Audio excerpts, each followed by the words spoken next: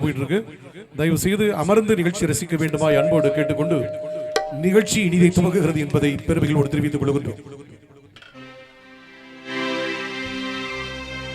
கேளுங்கள் தரப்படும்,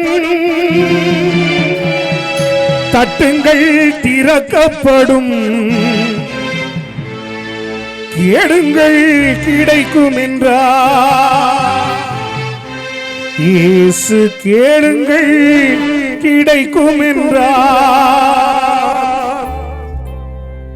கேளுங்கள் தரப்படும், தட்டுங்கள் திறக்கப்படும், கேளுங்கள் கிடைக்கும் என்றார் இயேசு. கேளுங்கள் கிடைக்கும் என்றார்.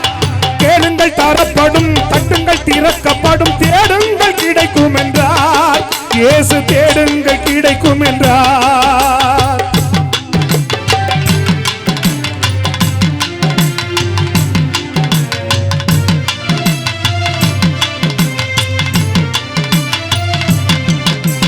பெத்லகேம் நகரின் மாட்டு தொழுவமதில் பிறந்தார் பரமபிதா.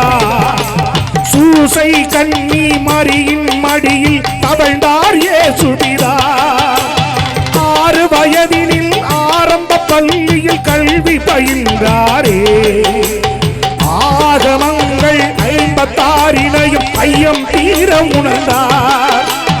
இயற்கை உலகமே தூய்மையானதென இயேசு நினைத்தாரே. எல்லா உயிர்களும் தன் உயிர் எனவே பேசி மகிழ்ந்தாரே. கேளுங்கள் தரப்படும், தட்டுங்கள் திறக்கப்படும், தேடுங்கள் கிடைக்கும் என்றார் இயேசு. தேடுங்கள் கிடைக்கும் என்றார்.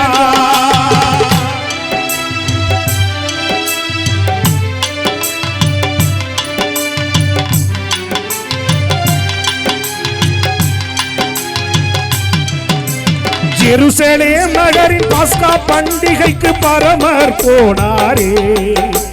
12 வயது நிரம்பிய இயேசு கேள்விகள் கேட்டாரே. இயேசுவின் கேள்வியில் ஆலய குருக்கள் ஆனந்தமானாரே. இளமை செய்த திறமையில் பாஸ்கா பெருமையை வளர்த்தாரே. இளமை பருவம் அதில் எளிய வாழ்க்கையின் இருப்பிடமானாரே. இந்த வேளையில் இயேசுவின் தந்தை சூசையும் மறைந்தாரே. கேளுங்கள் தரப்படும், தட்டுங்கள் திறக்கப்படும், தேடுங்கள் கிடைக்கும் என்றார் இயேசு. தேடுங்கள் கிடைக்கும் என்றார்.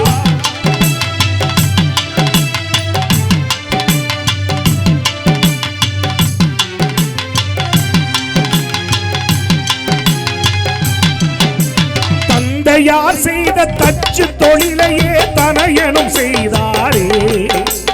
அங்க உழவர்கள் உழுதிட கலப்பைகள் செய்து கொடுத்தாரே. அங்க உழவர்கள் உழுதிட கலப்பைகள் செய்து கொடுத்தாரே. கேளுங்கள் தரப்படும், தட்டுங்கள் திறக்கப்படும், தேடுங்கள் கிடைக்கும் என்றார் இயேசு. தேடுங்கள் கிடைக்கும் என்றார்.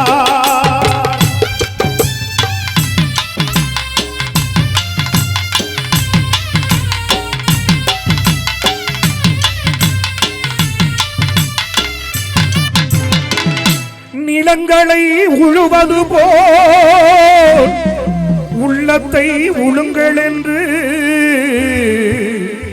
உலக பிதா சொன்ன போது உழவர்கள் தொழிலாளர் ஊராரின் எண்ணமதில் இயேசு ஒன்றாக பதிந்து விட்டார். இயேசு ஒன்றாக பதிந்து விட்டார்.